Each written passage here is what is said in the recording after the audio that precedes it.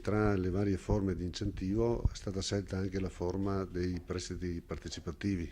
La Regione ha fatto un programma anche di nuovi tipi di intervento finanziario, anche con soluzioni innovative.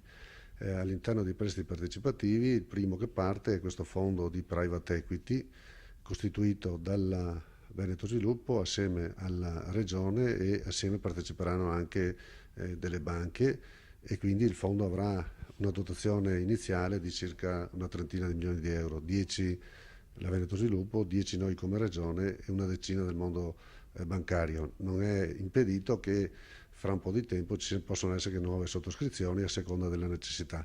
È una forma nuova, si entra nel capitale, diciamo così, delle imprese, soprattutto cercando anche di favorire attraverso questa partecipazione la ristrutturazione o rafforzamento dell'impresa, ma in particolare utilizzarlo anche per forme di incentivo all'aggregazione. Vediamo che in questo momento di difficoltà magari le imprese, se si mettono assieme, si riesce a trovare una massa critica che ha maggior forza nel mercato, diminuisce i costi di gestione e aumenta la possibilità di essere competitiva. Quindi credo che sia una nuova forma, ne partiranno altre, questa è la prima, ma credo che daremo anche un nuovo impulso soprattutto alle piccole e medie imprese. È uno strumento che normalmente viene utilizzato per le grandi imprese, ci sono naturalmente dei fondi in giro che lo fanno, noi vorremmo che questo tipo di attività fosse anche per la piccola impresa, quindi è una nuova idea,